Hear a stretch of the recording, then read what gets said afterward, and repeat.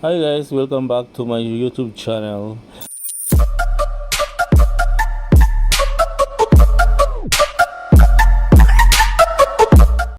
Guys, bali pinagawa ko ngayon ang bahay namin guys kasi nga alam naman natin galing tayo sa baha. Ayun guys, yung unang nakita nyo ay CR namin.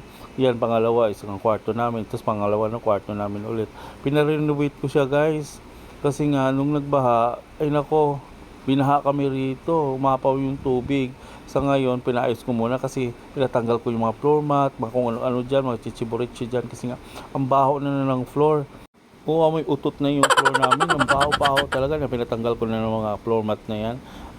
Ayan, pagkatapos, pinayos ko na rin yung sahig kasi yung sahig namin nangingitim na rin. Ayan, oh, nangingitim na. At saka lumada kasi ng tubig dyan eh.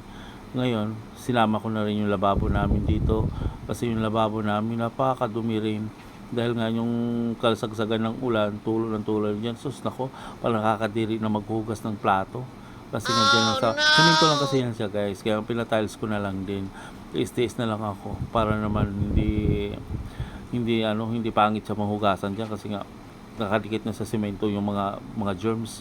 Ayun guys, nakita niyo guys, oh, minalas pa nga eh. Kasi kulang pa pala ng isa. Kaya ipapagawa ko pa ulit yan guys. Bibili na lang ako ng isa. Yan lang guys. Bye bye po sa inyo lahat. Mwah!